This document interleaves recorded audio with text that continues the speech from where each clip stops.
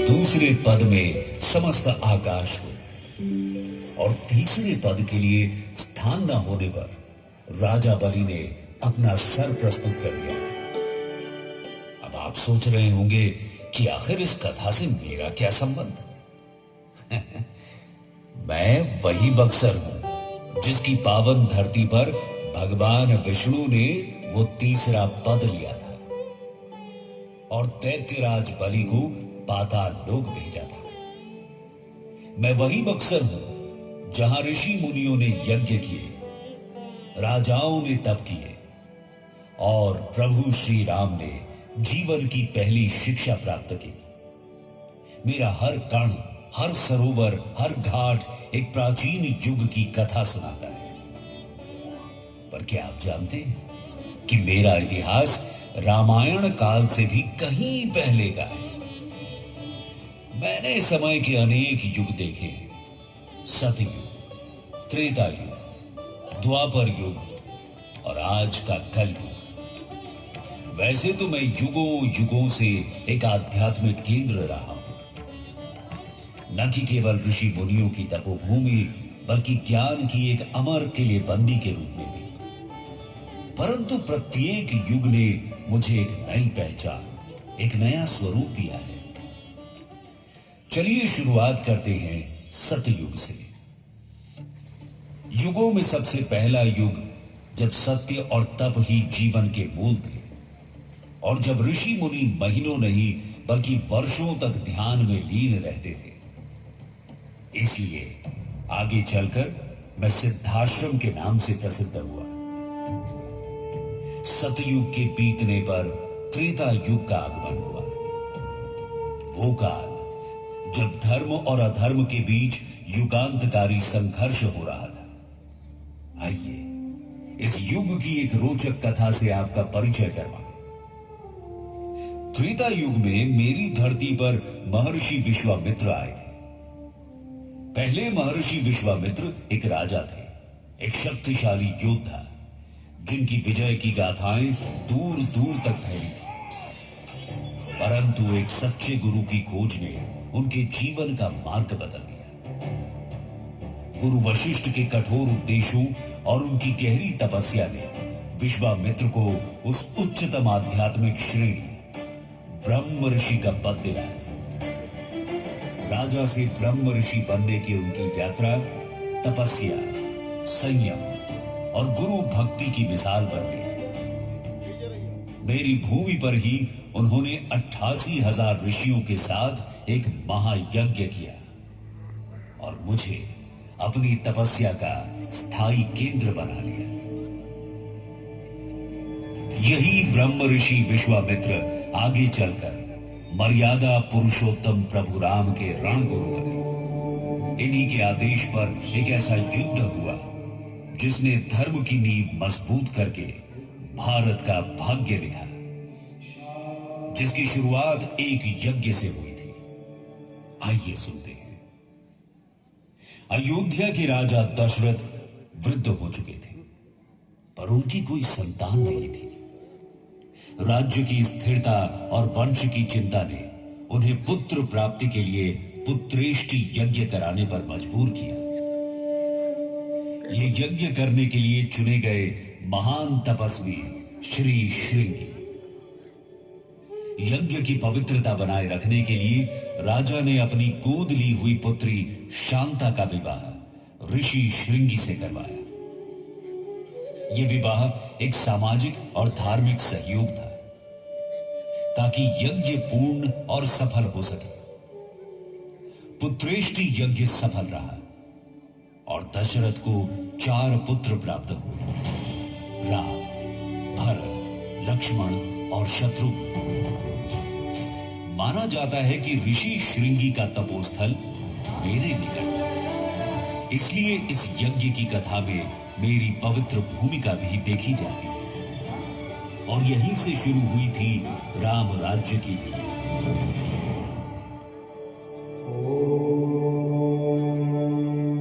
कल्पना कीजिए त्रेता युग की वो पावन बेला जब भगवान राम ने अपने पिता राजा दशरथ के आदेश को मानकर गुरु विश्वामित्र के आश्रम में प्रवेश किया। मेरी भूमि पर जब ब्रह्म ऋषि विश्वामित्र और मर्यादा पुरुषोत्तम राम का संगम हुआ, तभी रचा गया वो अध्याय जिसने त्रेता युग की दिशा बदल दी और आने वाले युगों के लिए धर्म, कर्तव्य और आदर्श की अमिट छवि छोड़ दी। यही राम और उनके भ्राता लक्ष्मण ने भिक्षाटन की शिक्षा प्राप्त की, मंत्रों का ज्ञान लिया और यज्ञों की विद्या सीखी। मैं वही भूमि हूं जहां राम की शिक्षा परीक्षा हुई और वे एक आदर्श राजा के रूप में परिपक्व हुए। एक बार ऋषि विश्वामित्र अपने सिद्धाश्रम में महायज्ञ की तैयारी में लगे थे। ये यज्ञ कोई सामान्य अनुष्ठान नहीं था, बल्कि सत्य और धर्म की स्थापना का एक विराट प्रयोजन था। परंतु उस यज्ञ में एक बाधा थी, एक राक्षसी, भयंकर, अत्याचारी और शक्तिशाली ताड़का। उसका निवास जंगलों में था, पर उसकी दृष्टि सिद्धाश्रम पर। प्रतिदिन वो यज्ञ में मांस फेंकती, वातावरण को अपवित्र करती और ऋषियों के ध्यान में विघ्न डालती। ऋषि विश्वामित्र, जो एक ब्रह्म ऋषि बनने की ओर अग्रसर थे, अब इस यज्ञ की रक्षा के लिए स्वयं राम को लिवा लाए थे। राजा दशरथ के पुत्र, अयोध्या के राजकुमार।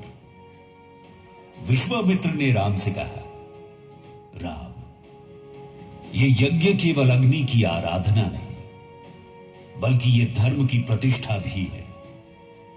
परंतु ताड़का इसे नष्ट करने को आतुर है, तुम्हें उसे रोकना होगा। प्रभु राम ने उत्तर दिया, गुरुवर, क्या एक स्त्री का वध करना धर्म के विरुद्ध नहीं होगा? विश्वामित्र ने कहा, जब स्त्री अधर्म का प्रतीक बन जाए, जब वो देवताओं की आराधना में विघ्न डाले, तो उसका संहार करना भी धर्म ही होता है। प्रभु राम ने धनुष उठाया। जहां एक तरफ उनके धनुष की टंकार से आकाश गूंज उठा, वहीं दूसरी तरफ ताड़का की गर्जना से जंगल में हाहाकार मच गया। वो हाथ में भारी वृक्ष लेकर तेजी से दौड़ी, मानवों को चीरने, पर प्रभु राम स्थिर थे। उनकी दृष्टि निशाना साध चुकी थी। उन्होंने छोड़ा एक बाण जो सीधा नहीं बल्कि वक्र यानी तिरछा था। बाण हवा में घूमता हुआ गया और ताड़का के हृदय को चीर गया। ताड़का गिर पड़ी और अधर्म का अंत हुआ। परंतु एक स्त्री का वध करने की वजह से प्रभु राम को आत्मिक पीड़ा हुई। इस पाप से मुक्ति के लिए विश्वामित्र ने प्रभु राम को गंगा तट पर जाकर एक पार्थिव शिवलिंग की स्थापना करने का आदेश दिया।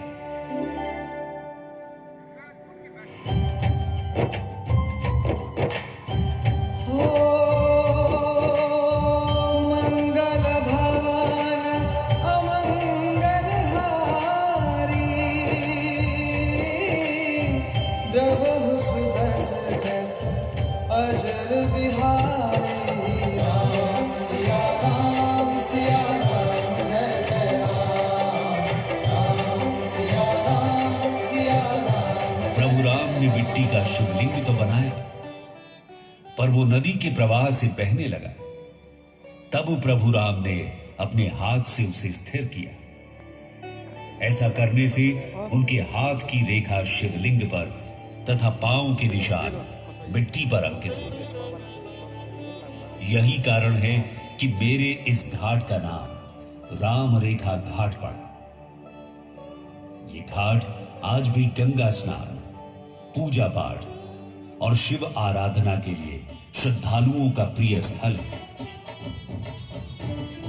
ताड़का के वध के बाद विश्वामित्र ने प्रभु राम की वीरता, संयम और मर्यादा से प्रसन्न होकर उन्हें अनेक अद्भुत और शक्तिशाली दिव्यास्त्रों की दीक्षा दी, जिनमें से कुछ अस्त्र थे अग्न्यास्त्र, जलास्त्र, वज्रास्त्र और सबसे प्रमुख ब्रह्मास्त्र।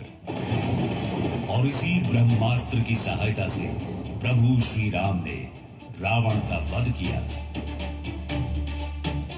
सबको लगा कि ताड़का के वध की यह कहानी यहीं खत्म हो गई होगी, परंतु ऐसा नहीं था।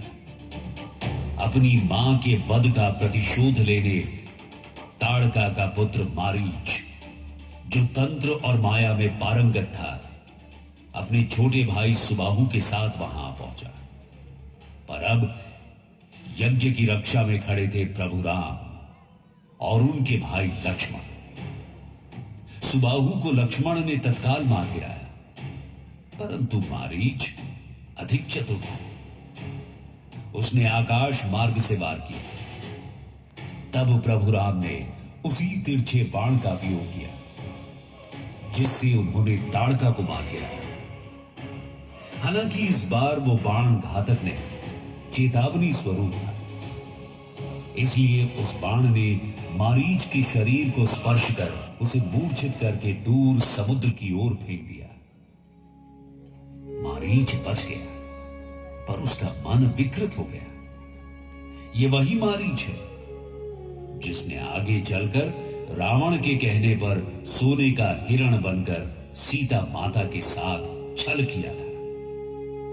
कहते हैं जहां वो तिरछा बाण गिरा, वहां की पृथ्वी फटी और जल की एक धारा बहा, जिससे एक सुंदर, शांत और वक्र आकार का सरोवर बना। इसी कारण आगे चलकर त्रेता युग और द्वापर युग के संधि काल में मेरा नाम पड़ा वक्रसर। वक्र यानी टेढ़ा या विकृत, और सर यानी सरोवर या तालाब। और फिर आया हमारा युग यानी कलयुग, जिसमें मैं समय के साथ वक्रसर से बन गया बक्सर, आपका अपना प्यारा शहर। आज भी जब भक्त बक्सर आकर राम रेखा घाट, सिद्धाश्रम और वक्रसर की कथा सुनते हैं, तो केवल इतिहास नहीं, बल्कि अपने भीतर धर्म एवं न्याय के महत्व को महसूस करते हैं, जिसका मैं प्रतीक हूं। और यही है मेरी सबसे बड़ी पहचान। केवल एक भूमि नहीं, बल्कि एक विचार। मैं बक्सर हूं, आपकी आस्था, आपकी परंपरा और आपके अंदर जागते हुए सत्य का स्मरण। आज की इस भव्य प्रस्तुति के लिए हम धन्यवाद करना चाहेंगे भारत सरकार, मिनिस्ट्री ऑफ टूरिज्म और PECIL broadcast engineering consultants India limited का, जिसके सौजन्य से यह कार्यक्रम आयोजित हो पाया है। इनक्रेडिबल इंडिया में सम्मिलित सभी जगहों की तरह यह बक्सर का सुनहरा इतिहास और आध्यात्मिक महत्व ही है, जो भारत को इनक्रेडिबल यानी अतुल्य बनाता है। हम आप सभी का यहां आने के लिए धन्यवाद करते हैं और आशा करते हैं कि आप पुनः इस लाइट एंड साउंड प्रस्तुति में पधारकर इसकी शोभा और बढ़ाएंगे।